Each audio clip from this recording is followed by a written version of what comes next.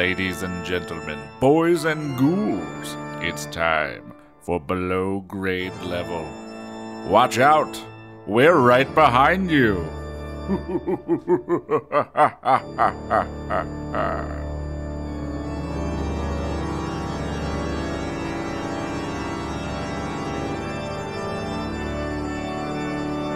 Hello and welcome to Below Grade Level. I'm one of your hosts, Jonathan Eaton, and not with me is Bekah and Chris because this is a legacy episode. This is the last episode of Goosebumps number 4, Say Cheese and Die. We have read chapters 1 through 21 already, and on this episode we're reading chapters 22 through the end of the book. No guests, again, it's just me, Bekah, and Chris reading. And last time on Say Cheese and Die, let's see, Greg and his family were in the car, headed towards a truck, and I believe nothing happened. As is R.L. Stine's kind of modus operandi at this point, right? He just sets you up, and then like the next page, it's like it was a dog, or a box. Nothing happened. Then Greg went to a baseball game, and he and Sherry took a picture of their friend Bird, and then Bird got hurt, and then I think he wasn't actually hurt. I think he was just messing with them. Once again, R.L. Stine, classic. Then Greg's dad actually got into a car accident and was in the hospital. Oh no. Then Sherry has a birthday party. Greg goes to Sherry's birthday party. Sherry's like, take a picture of me. Greg doesn't want to because I feel like at this point he might be catching on to the thing that's very glaringly obviously. Glaringly obviously? Is that what I said? Oh boy, I don't know. I feel like remembering this book is giving me brain damage. Anyway, Sherry insists that Greg take a picture of her, so he takes a picture of her. She's not in the picture, and then she disappears! Oh God! Oh, what happens? I don't know. Let's find out, because I didn't listen to this, so I'm in the dark as much as you are. Anyway, this is the end of Say Cheese and Die. Come back next time. I think we're going to be reading a new book, and that'll be fun, and then I want to get through some more of these older Goosebumps episodes. This has been fun, and we'll see you next time for whatever we end up reading. And it's gonna be a blast. Enjoy. Chapter 22. No way! Bird said heatedly, leaning against the bleacher bench. Have you gone totally bananas? Swinging the camera by its cord, Greg turned hopefully to Michael, but Michael avoided Greg's stare. I'm with Bird, he said, his eyes on the camera. Since it was just about dinner time, the playground was nearly deserted. A few little kids were on the swings at the other end. 2 kids were riding their bikes round and around the soccer field. Thought maybe you guys would come with me, Greg said, disappointed. Ew.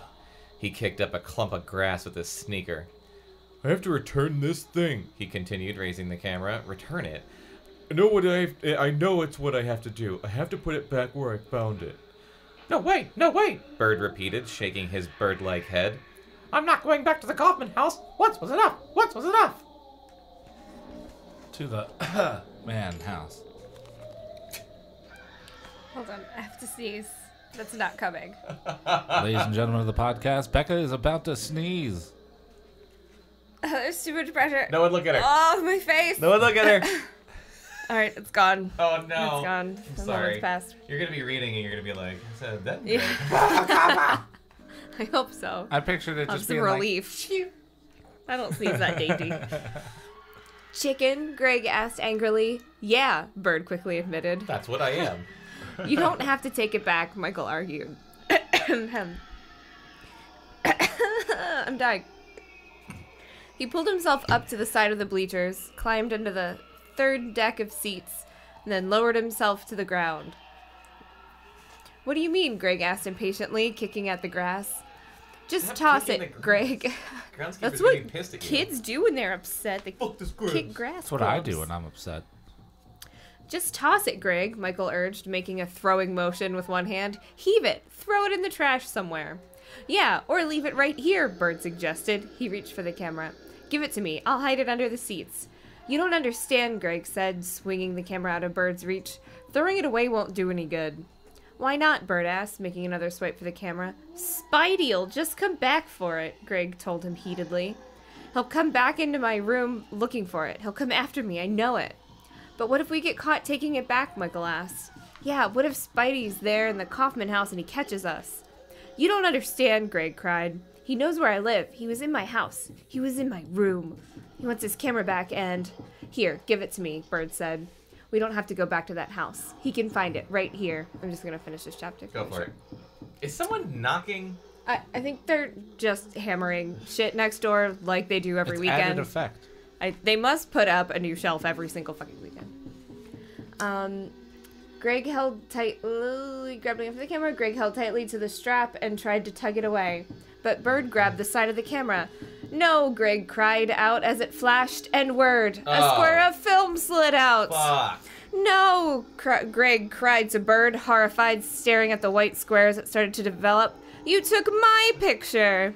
His hand trembling, he pulled the snapshot from the camera. What would it show? To Greg's picture? Yeah. Uh-oh. Uh-oh. Uh-oh. Chapter 23. You sound like Colonel Gentleman. Chapter 23. Sorry, Bird shed. I didn't mean to. I'm not doing that the whole time. Yeah, please don't. Before he could finish his sentence, a voice interrupted from behind the bleachers. And it sounded like this. Hey, what have you got there? Greg looked up from the developing snapshot in surprise. Two tough-looking boys stepped out of the shadows, their expressions hard, their eyes on the camera. He recognized them immediately.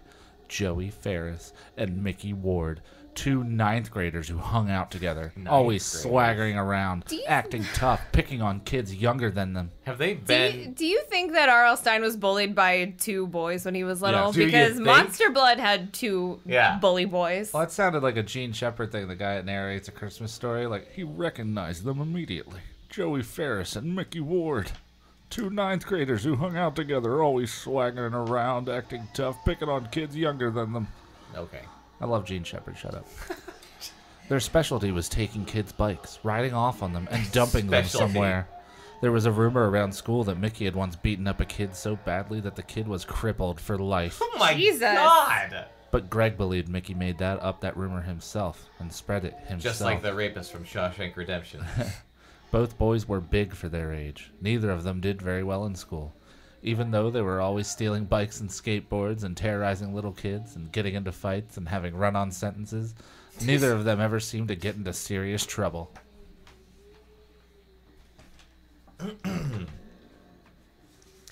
Joey had short blonde hair, slicked straight up, and wore a diamond-like stud in one ear. Mickey had a round, red face full of pimples, stringy black hair down to his shoulders, and was working a toothpick between his teeth. Both boys were wearing heavy metal t-shirts and jeans, so you know they're really menacing. Their t-shirts and jeans were made out of heavy metal? Heavy metal t-shirts and jeans. They were... The gravity alone was pulling them to the curb.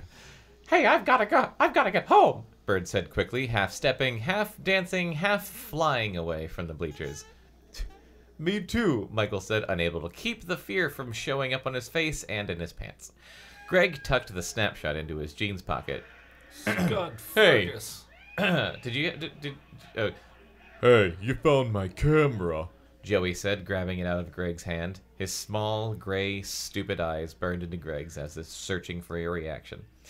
Thanks, man. Give it back, Joey, Greg said with a sigh.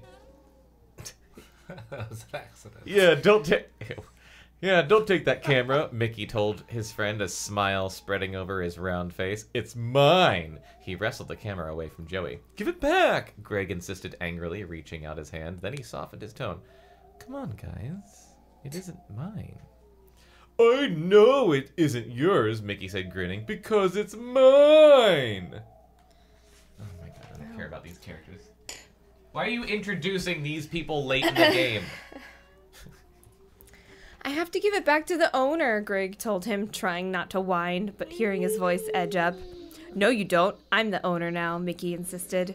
Haven't you ever heard of finders keepers? Joey asked, leaning over Greg menacingly. He was about 6 inches taller than Greg and a lot more muscular.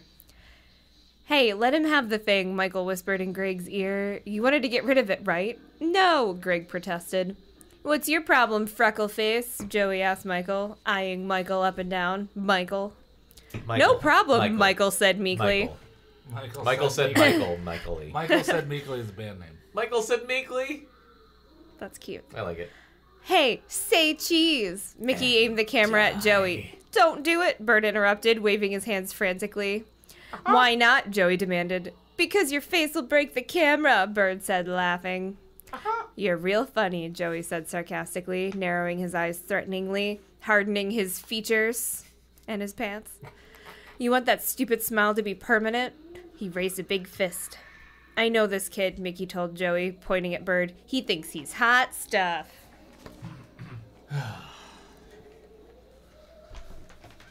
Both boys stared hard at Bird, trying to scare him. Bird swallowed hard.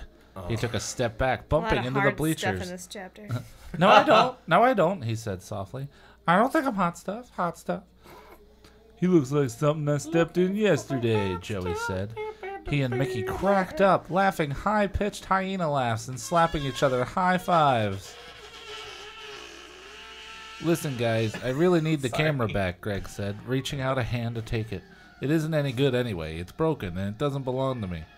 Yeah, that's right. It's broken, Michael added, nodding his head. I forgot how Michael sounds. I forgot how all of them sound because I don't care about any of these characters. Yeah, right. I Mickey still said don't know the difference between sarcastically. Greg and Michael. And then now there's a Mickey. Yeah. Fuck you. Let's just see. He raised the camera again and pointed it at Joey. Oh my god.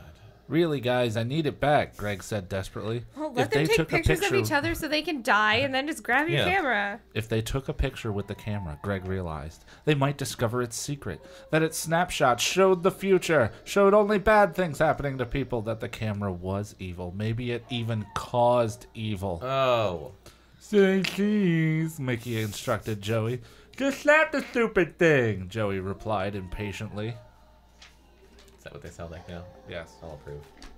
No, Greg thought. I can't let this happen. I shouldn't let this happen, and I can't let this happen. I've got to return the camera to the Kaufman house, to Spidey. Why is it called the Kaufman house?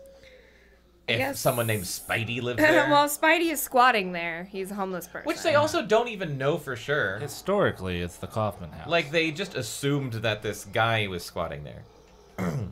Well, they saw him in there, didn't they? I don't think so. They just broke in to a house. Oh, They're yeah. like, a dead body. they're like, this guy Spidey probably lives here. Oh, yeah. By the way, we've never even seen Spidey in this book.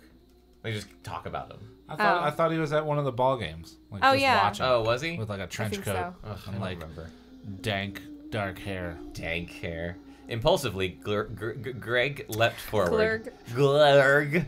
Greg leapt forward. With a cry, he snatched the camera from Mickey's face. Hey! Mickey reacted in surprise. Let's go! Greg shouted to Bird and Michael, and without another word, the three friends turned and began running across the deserted playground toward their homes. His heart thudding in his chest. Greg gripped the camera tightly and ran as fast as he could, his sneakers pounding over the dry grass. They're going to catch us, Greg thought, panting loudly now as he raced toward the street. They're going to catch us and pound us. Ugh. They're going to take back the camera. We're dead meat. Dead meat. Greg and his friends didn't turn around until they were across the street. Breathing noisily, they looked back and cried out in relieved surprise. See what I did there? Joey and Mickey hadn't budged from beside the bleachers. They hadn't chased after them. They were leaning against the bleachers, laughing. Catch you later, guys! Joey called after them. Yeah, later! Mickey repeated. They both burst out laughing again as if they had said something hilarious. That was close, Michael said, still breathing hard. Was it? They mean it, Bird said, looking very troubled. They'll catch us later. We're history. Tough talk. They're just a lot of hot air, Greg insisted. How do you not have the whoopee cushion I right know. now? Wait, yeah, hang on. Say that again. Excuse me. They're just a lot of hot air. Oh yeah, Michael cried. Then why did we run like that? Because we're late for dinner, Bird joked. See you guys. I'm gonna catch it if I don't hurry. In the butt. Oh, God. But the camera, Greg protested, still gripping it tightly in one hand. It's too late, Michael said, nervously, raking a hand back through his red hair, apparently. Yeah, we'll have to do it tomorrow or something, Bert agreed. Then you guys will come with me? Greg asked eagerly. I've gotta go, Bert said without answering. Me too, Michael said quickly, avoiding Greg's stare. Bunch of dicks. All three of them turned their eyes back to the playground. Joey and Mickey had disappeared, probably off to terrorize some other kids. Later. Huh? No. This is boring. Later, Bird said, slapping Greg on the shoulder as he headed away. The three friends split up, running different directions across the lawns. They all went home. Alright, where is it at? Okay, so I'm just going to do both. Do both of those, yeah. Greg had run all the way to his front yard before he remembered the snapshot he had shoved into his jeans pocket. Oh, yeah. He stopped in the driveway and pulled it out. The sun was lowering behind the garage. He held the snapshot up close to his face to see it clearly. "Oh, no," he cried. "I don't believe it." Chapter 24. "This is impossible," Greg cried aloud, gaping at the snapshot in his trembling hand. How had Sherry gotten into the photo? It had been taken a few minutes before in front of the bleachers on the playground, but there was Sherry standing close beside Greg. His hand trembling, his mouth hanging open in disbelief, Greg goggled at the photo. It was very clear, very sharp. There they were on the playground. He could see the baseball diamond in the background, and there they were, Greg and Sherry. Sherry standing so clear, so sharp, right next to him. And they were both staring straight ahead, their eyes wide, their mouths open, their expressions frozen in horror as a large shadow covered them both. "Sherry?" Greg cried, lowering the snapshot and darting his eyes over the front yard. "Are you here? Can you hear me?" Did it turn her invisible? He listened. Silence. He tried again. "Sherry, are you here?" "Greg," a voice called. Uttering a startled cry, Greg spun around. "Huh?" "Greg!" the voice repeated. It took him a while to realize that it was his dumb mother, calling to him from the front door. "Oh, hi, Mom." Feeling dazed, he slid the snapshot back into his jeans pocket. Slide. Where have you been? His mother asked as he made his way to the door. I heard about Sherry. I've been so upset. I didn't know where you were. "Sorry, Mom," Greg said, kissing her on the lips. "I should have Lips? Does it say lips? Okay. It says cheek. I should have left a note." He stepped into the house feeling strange and out of sorts, sad and confused and frightened and a little hungry and kind of sleepy and like a little bit happy but mostly depressed all at the same time. 2 days later, on a day of high gray clouds, Just jumped forward 2 days. the hot air and the air. Oh my God. Are you having a stroke? Yes. The air hot and smoggy. Greg paced back and forth in his room after school. The house was empty except for him. Terry had gone off a few hours before to his after-school job at the Dairy Freeze. Not the Queen, the Dairy Freeze. Not to be confused with the Queen.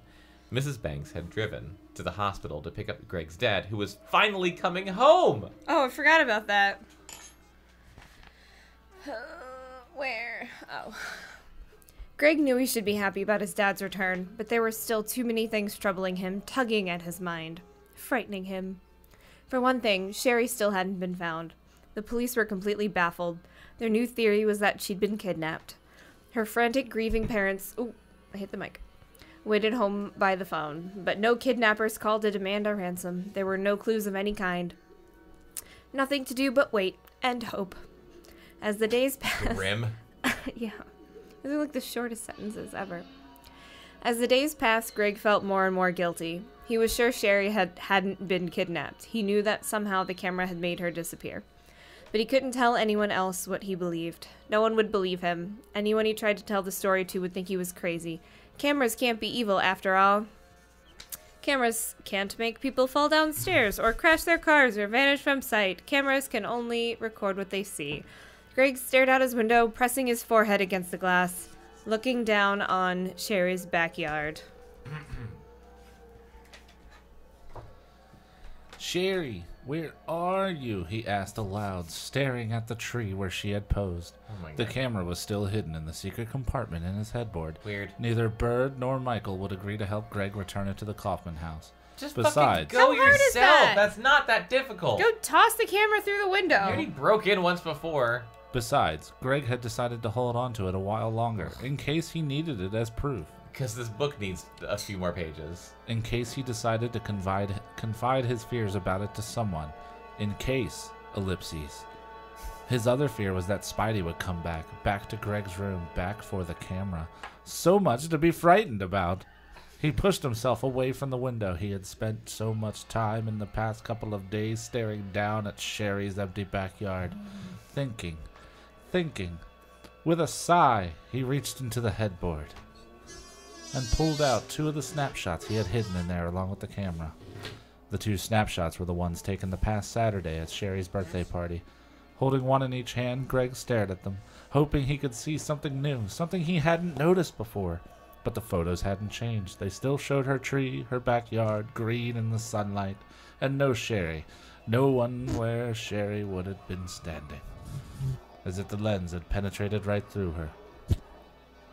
I'm just going to finish this chapter. That's fine. Staring at the photos, Greg let out a cry of anguish. If only he had never gone into the Kaufman house. If only he had never stolen the camera. If only he had never taken any photos with it. If only, ... If only, ... If only. Before he realized what he was doing, he was ripping the 2 snapshots into tiny pieces. Panting loudly, his chest heaving, he tore at the snapshots and let the pieces fall to the floor. When he had ripped them both into tiny shards of paper, he flung himself face down on his bed and closed his eyes, waiting for his heart to stop pounding. What a tantrum. Waiting for the heavy feeling of guilt and horror to lift. Oh my God. 2 hours later, the phone by his bed rang. It was Sherry. That's the phone ringing. It was Sherry. Yeah. I bet him tearing up the snapshots released her from the snapshots. I hope so. It released something. Sherry, is it really you? Greg shouted. Hang on. Sherry, is it really you? Greg shouted into the phone. Yeah, it's me. She sounded as surprised as he did. But how? I mean, his mind was racing. He didn't know what to say. Your guess is as good as mine. Your gas is as good as mine. Sherry told him. And then she said, hold on a minute. And he heard her step away from the phone to talk to her mom. Mom, stop crying already. Mom, it's really me. I'm home. No, I wasn't kidnapped and raped. I'm fine. A few seconds later, she came back on the line. I've been home for 2 hours and Mom's still crying and carrying on. Jeez, it's almost like she lost her daughter forever. I feel like crying too, Greg admitted. Fucking pansy. I can't believe it. Sherry, where were you? The line was silent for a long moment. I don't know, she answered finally. Huh? I really don't. It was just so weird, Greg. 1 minute, I was at my birthday party. 1 minute, there I was at my birthday party. Birthday party for ghosts! The next minute, I was standing in front of my house, and it was 2 days later, but I don't remember being away or being anywhere else. I don't remember anything at all.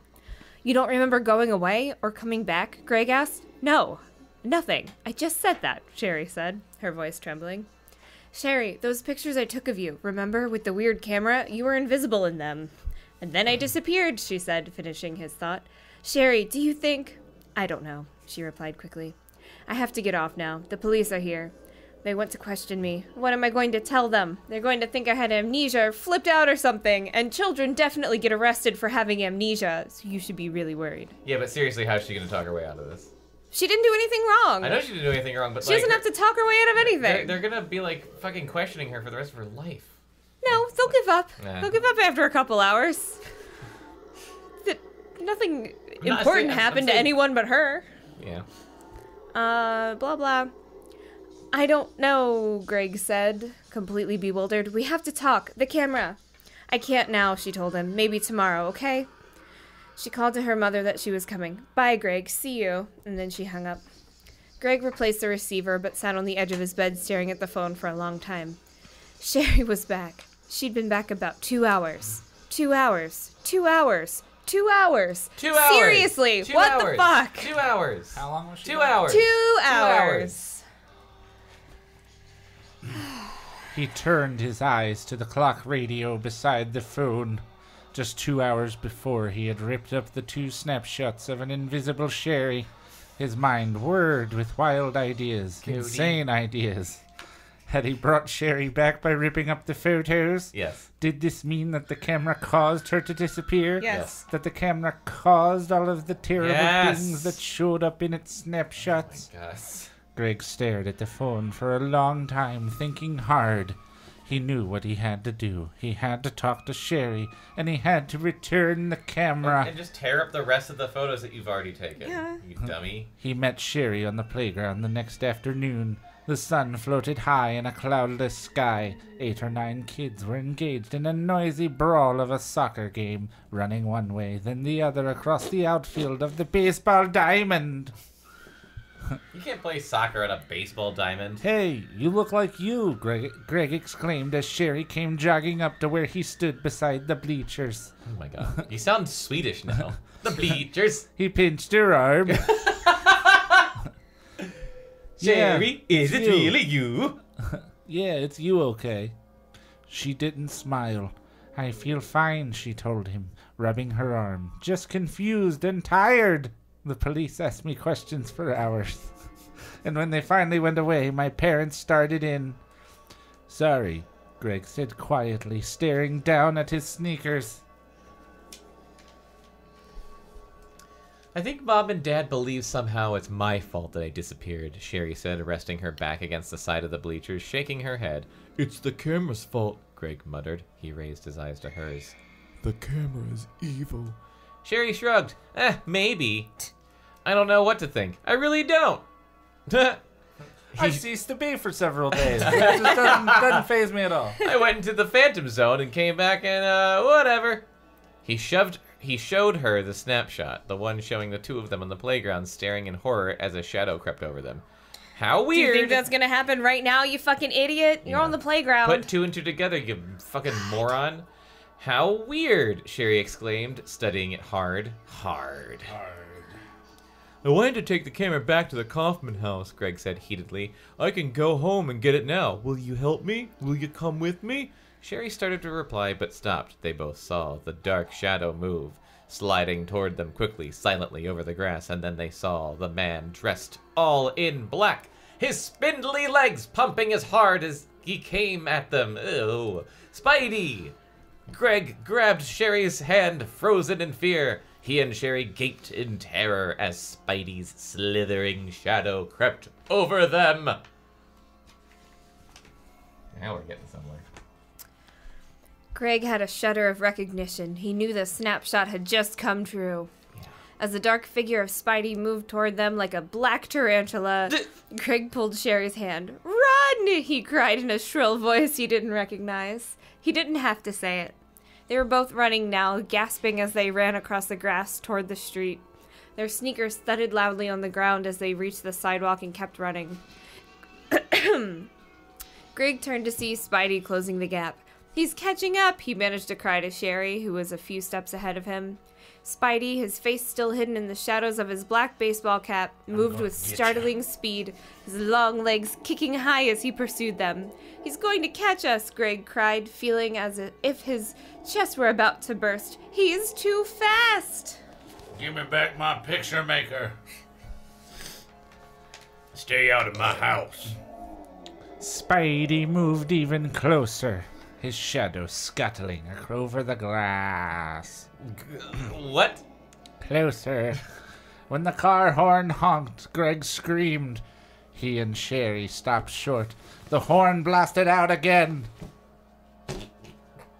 That was very lackluster. There's nothing fair. The horn blasted out again. There we go. Greg turned to see a familiar young man inside a small hatchback. It was Jerry Norman, who lived across the street. Jerry lowered his car window. Is this man chasing you? He asked excitedly. Another new character out of the blue. Without waiting for an answer, he backed the car towards Spidey. I'm calling the cops, mister. Spidey didn't reply. Instead, he turned and darted across the street. I'm warning you, Jerry called after him. But Spidey had disappeared behind a tall hedge. Are you kids okay? Greg's neighbor demanded.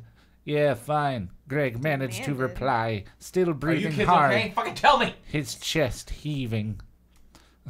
We're okay, thanks, Jerry, Sherry said. I've seen that guy around the neighborhood, the young man said, staring through the windshield at the tall hedge. Where Spidey was still. Never thought he was dangerous. You kids want me to call the police? No, it's okay, Greg replied. Why are you asking them? You just saw a grown man chasing children. Oh my god. I just want you to touch it. God. As soon as I give him back the camera, he'll stop chasing us, Greg thought. Well, be careful, okay? Jerry said. You need a lift home or anything? You can trust me. He studied their faces as if trying to determine how frightened and upset they were. Greg and Sherry both shook their heads. Oh. We'll be okay. What? What happened? Siri thought that I talked to it. What happened to our ambience? God damn it. God damn it, Siri. You fucking Siri. Greg and Sherry both shook their heads. We'll be okay, Greg said. Thanks. Jerry warned them once again to be careful. Then he drove off, his tires squealing as he turned the corner recklessly. That was close, Sherry said, her eyes on the hedge. Why was Spidey chasing us? He thought I had the camera. He wants it back, Greg told her. Meet me tomorrow, okay? In front of the Kaufman house. Help me put it back? Why do you need help? Do it now! What are you doing? Sherry stared at him without replying, her expression thoughtful, wary. We're going to be in danger, all of us, until we put that camera back, Greg insisted. Okay, Sherry said. Not all of you, quietly. just you. Tomorrow. Oh, he's the worst. Something scurried through the tall weeds of the unmowed front lawn. What was that? Sherry cried, whispering even though no one else was in sight. It was too big to be a squirrel. She lingered behind Greg, who stopped to look up at the Kaufman house. Maybe it was a raccoon or something, Greg told her. He gripped the camera tightly in both hands. It was a little after 3 o'clock the next afternoon. A hazy, overcast day. Mountains of dark clouds threatening rain were rolling across the sky, stretching behind the house, casting it in shadow. It's going to storm, Sherry said, staying close behind Greg. Let's get this over with and go home. Good idea, he said, glancing up at the heavy sky. Thunder rumbled in the distance, a low roar. And that was the weather that day. Low roar, yada. Where's the low roar? Okay. Excuse me. The old trees that dotted the front yard whispered and shook.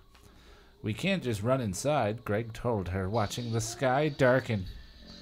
First we have to make sure Spidey isn't there. Making their way quickly through the tall grass and weeds. They stopped at the living room window and peered in. Thunder rumbled low and long in the distance. Greg thought he saw another creature scuttle through the weeds around the corner of the house. Scuttle. It's too dark in there. I can't see a thing, Sherry complained. God. Let's check out the basement, Greg suggested. That's where Spidey hangs out, remember? The sky darkened to an eerie gray-green as they made their way to the back of the house and dropped to their knees to peer down through the basement windows at ground level. Because you need to explain how basement windows work. Squinting! Through the dust-covered window panes, they could see the makeshift plywood table Spidey had made, the wardrobe against the wall, its door still open, the colorful old clothing spilling out, the empty frozen food boxes scattered on the floor. No sign of him, Greg whispered, cradling the camera in his arm as if it might try to escape from him if he did not hold it tightly. Let's get moving. Are you sure? Sherry stammered. You want me to finish this? Yes. She wanted to be brave, but the thought that she had disappeared for 2 days completely vanished. Most likely because of the camera, that frightening thought lingered in her mind. Michael and Bird were chicken. But you'll be fine as long as you don't take another picture of yourself. God. But maybe they were the smart ones. She wished this were over. All over. A few seconds later. So do we. Greg and Sherry pushed open the front door. They stepped into the darkness of the front hall and stopped and listened. And then they both jumped at the sound of the loud, sudden crash directly behind them. Chapter 28. Sherry was the first to regain her voice. "It's just the door," she cried. "The wind." A gust of wind had made the door slam. The wind! "Let's get this over with," Greg whispered, badly shaken. "We never should have broken into this house in the first place," Sherry whispered as they made their way on tiptoe. On tiptoe? Step by creaking step down the dark hallway toward the basement stairs. "It's a little late for that," Greg replied sharply. Pulling open the door to the basement steps, he stopped again. "What's that banging sound upstairs?" Sherry's features tightened in fear as she heard it, too. A repeated, almost rhythmic banging. "Shutters?" Greg suggested. "Yeah," she quickly agreed, breathing a sigh of relief. Oh my god, a lot of the shutters are loose, remember? The entire house seemed to groan. I'm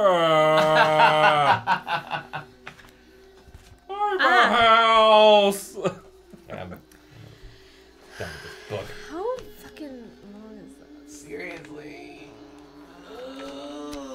Do you guys Where just are want the to read a page chapter numbers? per person now? How many pages Okay, left we're are on 117. We have until 132. We can do this. Power through it. fast. Thunder rumbled outside, closer now. They stepped onto the landing, then waited for their eyes to adjust to the darkness. "Couldn't we just leave the camera up here and run?" Sherry asked, more of a plea than a question. "No, I want to put it back," Greg insisted. Oh my God. "But Greg," she tugged at his arm as he started down the stairs. "No!" He pulled out of her grasp. No. "He was in my room, Sherry. No. He tore everything apart looking for it. I don't want him to find it, or I want him to find it where it belongs. If he doesn't find it, he'll come back to my house. I know he will." Okay, let's just hurry. It was brighter in the basement, gray light seeping down from the 4 ground level Seeping. windows. Ew. Outside the wind Light doesn't seep. Like a wound. Ew. Outside the wind swirled and pushed against the window panes.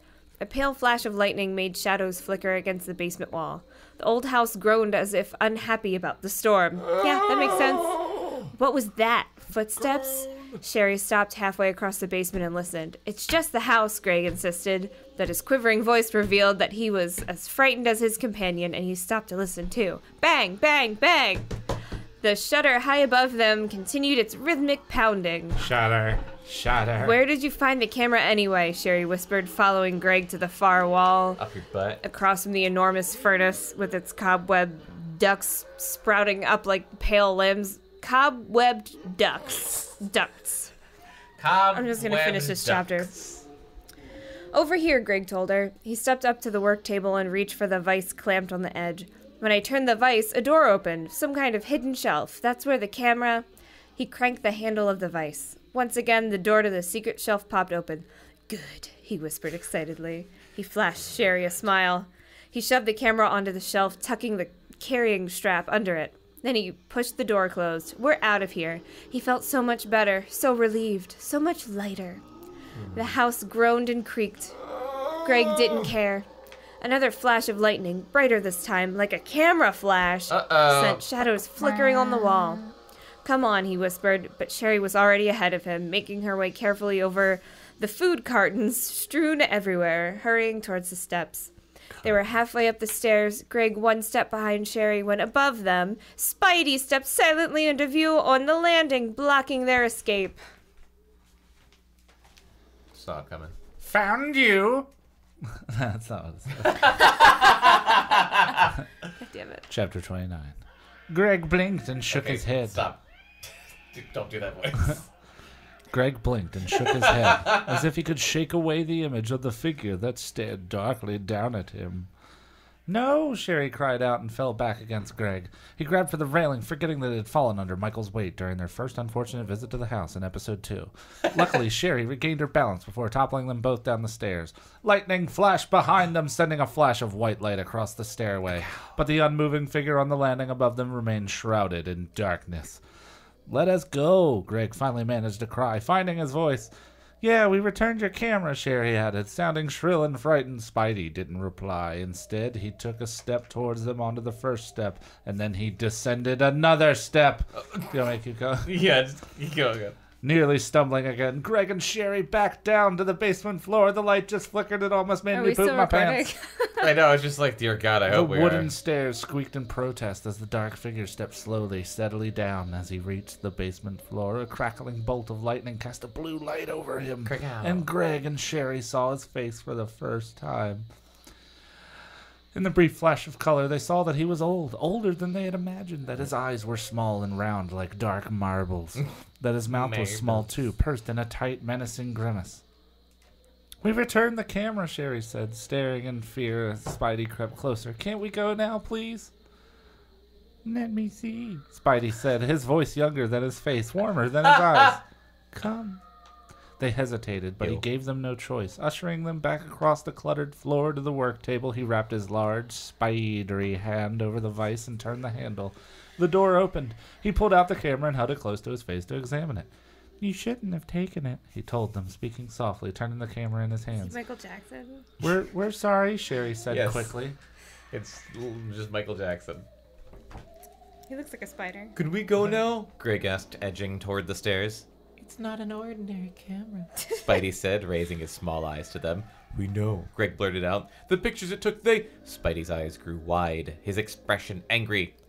You took pictures with it? Just a few, Greg told him, wishing he had kept his mouth shut. They didn't come out, really. You know about the camera, then, Spidey said, moving quickly to the center of the floor. Was he trying to block their escape? Greg wondered.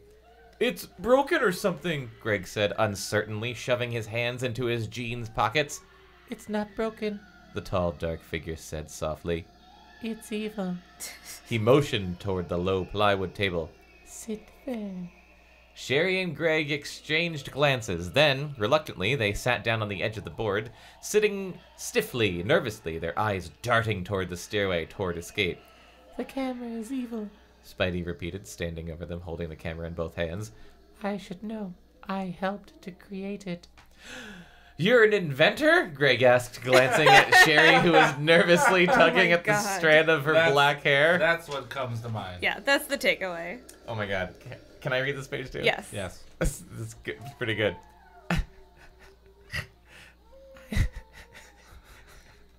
Can you read it? I'm trying. I'm a scientist, Spidey replied. Or I should say, I was a scientist. My name is Fredericks. Dr. Fritz Fredericks. Spiderington. He transferred the camera from one hand to the other. My lab partner invented this camera. It was his pride and joy.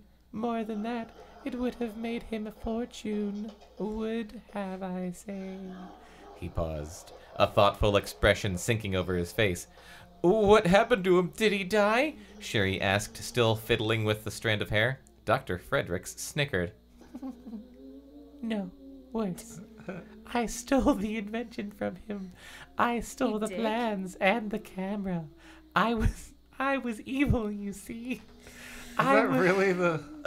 I'm not making any of this up. Jesus. I was young and greedy, so very greedy. And I wasn't above stealing to make my fortune. I was a bit naughty. He paused, eyeing them both as if waiting for them to say something. To offer their disapproval of him, perhaps. To tell him he's naughty. But when Greg and Sherry remained silent, staring up at him from the low plywood table, he continued his story. When I stole the camera, it caught my partner by surprise. Unfortunately, from then on, all of the surprises were mine. A strange, sad smile twisted across his aged face. My partner, you see, was much more evil than I was. Dr. Fredericks coughed into his hand, then began to pace in front of Sherry and Greg as he talked, speaking softly, slowly, as if remembering the story for the first time in a long while. My partner was a true evil one. He dabbled in the dark arts. I should correct myself. He didn't just dabble. He was quite a master of it all. He was a scientist slash Witch? warlock. Sorcerer? Like Dr. Doom.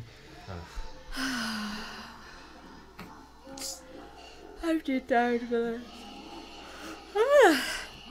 He held up the camera, waving it above his head, then lowering it. I don't know. Yep, it's really necessary to describe. Animated. My partner put a curse on the camera. What? If he couldn't profit from it, he wanted to make sure that I never would either. And so he put a curse on it, like I just said. He turned his gaze on Greg, leaning over him. Do you know about how some primitive peoples fear the camera? They fear the camera because they believe that if it takes their picture, it will steal their soul. Okay, so this is like R.L. Stine going like, this was my idea. He patted the camera. Well, this camera really does steal souls. Uh-oh. Staring up at the camera, Greg shuddered. The camera had stolen Sherry away. Would it have stolen all of their souls? Yes. People have died because of this camera, Dr. Frederick said, uttering a slow, sad sigh. I don't know why I thought it said laugh. People close to me. I thought Siri was fucking with us again. Oh, wait. Did it just end? Stopped. I don't know. Well, oh, it's repeating. That is how I came to learn of the curse, to learn of the camera's evil. And then I learned something just as frightening. The camera cannot be destroyed. He coughed, cleared his throat noisily, and began to pace in front of them again. Did the camera give him lung cancer? Like, what's wrong with him? And so I vowed to keep the camera a secret. To keep it away from people so it cannot do its evil. I lost my job, my family, I lost everything because of it. But I'm determined to keep the camera where it can do no harm. He stopped pacing with his back towards them. He stood silently, shoulders hunched, lost in thought. Greg quickly climbed to his feet and motioned for Sherry to do the same. Well, I guess it's good we returned it, he said hesitantly. Sorry we caused you so much trouble. Yeah, we're very sorry, Sherry repeated sincerely. Guess it's back in the right hands. Evil hands? Goodbye. Like he's evil.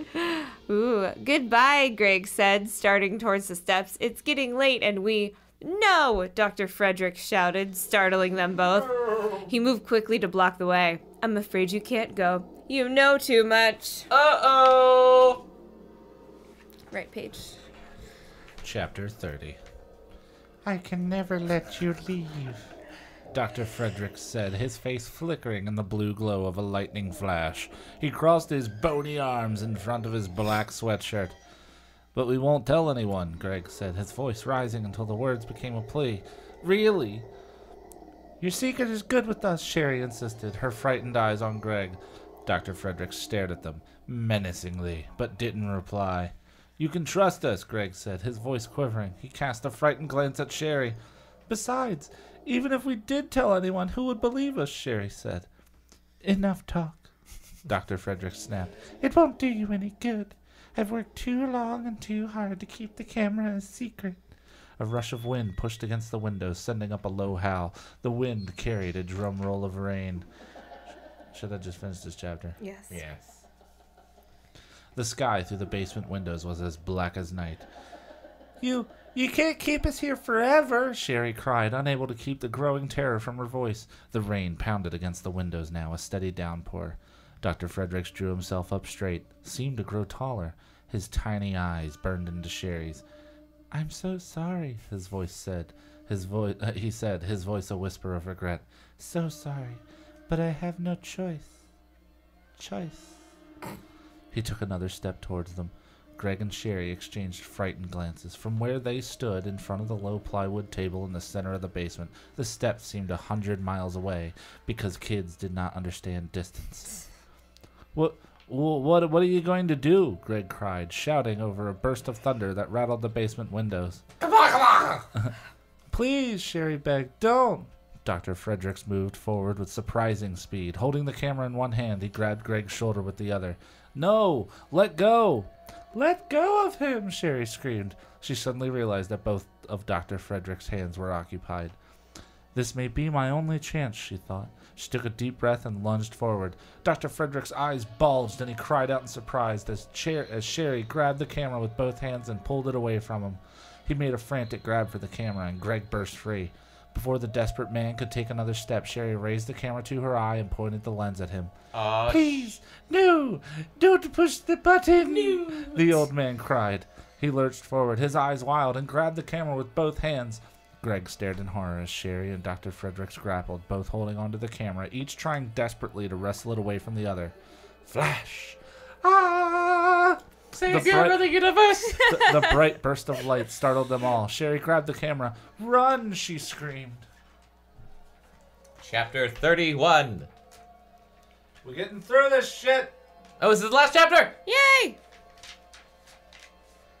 The basement became a whirring blur of grays and blacks as Greg hurtled himself toward the stairs. Racist. He and Sherry ran side by side, slipping over the food cartons, jumping over tin cans and empty bottles. Rain thundered against the windows. The wind howled, pushing against the glass. They could hear Dr. Frederick's anguished screams behind them. Did it take our picture or his? Sherry asked. I don't know. Just hurry, Greg screamed. The old man was howling like a wounded animal, his cries competing with the rain and wind pushing at the windows. The stairs weren't that far away, but it seemed to take forever to reach them. Forever. Forever, Greg thought. Forever. Dr. Fredericks wanted to keep Sherry and him down there. Forever. Panting loudly. I'm pretty sure he was just gonna murder you, idiots. Yeah, it's not that hard to figure out. Panting loudly, they both reached the dark stairway. A deafening clap of thunder made them stop and turn around. Huh? Greg cried aloud. To his shock, Dr. Fredericks hadn't chased after them, and his anguished cries had stopped. The basement was silent. What's going on? Sherry cried breathlessly, squinting into the darkness. It took Greg a while to realize that the dark, rumpled form lying on the floor in front of the work table was Dr. Fredericks. What happened? Sherry cried, her chest heaving as she struggled to catch her breath. The murders. Still clinging to the camera strap, she gaped in surprise at the old man's still body, sprawled on its back on the floor. You didn't think you were about to kill him? I don't know, Greg replied in a breathless whisper. Reluctantly, Greg started back toward Dr. Fredericks. Following close behind, Sherry uttered a low cry of horror when she clearly saw the fallen man's face. Eyes bulged out, the mouth open in a twisted O of terror. The face stared up at them, frozen, dead. I just read 2 I was pages. almost done. Dr. Fredericks was dead. What happened? Sherry finally managed to say, swallowing hard, forcing herself to turn away from the ghastly, tortured face. I think he died of fright, Greg replied, squeezing her shoulder and not even realizing it. Huh? Fright? He knew better than anyone what the camera could do, Greg said. When you snapped his picture, I think it scared him to death. Are you taking a video? Picture. Okay. I only wanted to throw him off guard, Sherry cried. I only wanted to give us a chance to escape. I didn't think... The picture, Greg interrupted. Let's see the picture. Sherry raised the camera. The photo was still half inside the camera. Oh my god. It was such bad writing. Greg pulled it out with a trembling hand. He held it up so they could both see it. Oh, I look fat. No, you don't. Yes, I do. And I lost my place. Oh. Sorry. Wow, he exclaimed quietly. Wow. The photo showed Dr. Fredericks lying on the floor, his eyes bulging, his mouth frozen open in horror. Dr. Fredericks' fright, Greg realized. That's a good band name. Dr. Fredericks' fright. The fright that had killed him was there, frozen on film, frozen on his face. The camera had claimed another victim, this time forever. What do we do now? Sherry asked, staring down at the figure sprawled at their feet. Get some therapy. Yeah, seriously. First, I'm putting this camera back, Greg said, taking it from her and shoving it back on its shelf. He turned the vice handle and the door to the secret compartment closed. Greg breathed a sigh of relief. Hiding the dreadful camera away made him feel so much better. Now, let's go home and call the police, he said, and tell them you murdered an adult. 2 days later, on a cool, bright day with a gentle... I don't know. My brain stopped. With a gentle breeze rustling the trees, the four friends stopped at the curb, leaning on their bikes, and stared up at the Kaufman house. Even in bright sunlight, the old trees that surrounded the house... The Even in bright sunlight, the old trees that surrounded the house covered it in shade. There we go. Nah. So you didn't tell the police about the camera, Bert asked, staring at the dark, empty front window? No, they wouldn't believe it, Greg told him. Besides, the camera should stay locked up forever. Forever! I hope no one ever finds out about it. We told the police we ran into the house to get out of the rain, Sherry added, and we said we started to explore while we waited for the storm to blow over, and we found the body in the basement. What did Spidey die of? Michael asked, gazing up at the house. Right. The police said it was heart failure, Greg told him, but we know the truth. You can take us home, Chris. Take us home, Chris! Wow, I can't believe one old camera could do so much evil. So much evil. I believe it, Greg said quietly. Let's get out of here, Michael urged. He raised his sneakers to the pedals and started to roll away. This place really creeps me out. The other three followed, pedaling away in thoughtful silence. They had turned the corner and were heading up the next block when two figures emerged from the back door of the Kaufman house. Joey Ferris and Mickey Ward stepped over the weed-choked lawn onto the driveway. Those jerks aren't too bright, Joey told his companion. They never even saw us the other day. Never saw us watch them through the basement window. Mickey laughed. Yeah, they're jerks. They couldn't hide this camera from us. No way, man, Joey said. He raised the camera and examined it. Take my picture, Mickey demanded. Come on, let's try it out. Yeah, okay, Joey raised the viewfinder to his eye. Say cheese. A click, a flash, a whirring sound. Joey pulled the snapshot from the camera and both boys eagerly huddled around it, waiting to see what developed. Thus concludes. Bum, bum, bum, Say bum, cheese bum, and die. A Goosebumps novel by R.L. Stine. So those bullies were just watching them watch an old man Yeah, they watched him. die. They watched him Die. kill a Yeah. guy. and we're just like, I'm gonna steal a fucking camera. Hey man, let's steal a camera. They Hey, probably kill small take my animals. picture with that camera and try it out. See what this camera does. It's a camera. Why would they care? I don't know. They're probably poor. They can't afford a camera. Oh, shit, a camera? Maybe they're shutterbugs. Oh, shit. Well, that that book was was bad. that book, and we're We sorry. got through it, guys. We got through it, We and did it. so did you, if you listened this long. If you care. Below Grade Level is a Cactus Radio production. You can contact us at podcast@cactusrodeo.com. Subscribe and follow on iTunes, Stitcher, and Spotify, and follow Cactus Rodeo on Facebook, Instagram, and Twitter for more entertainment and updates.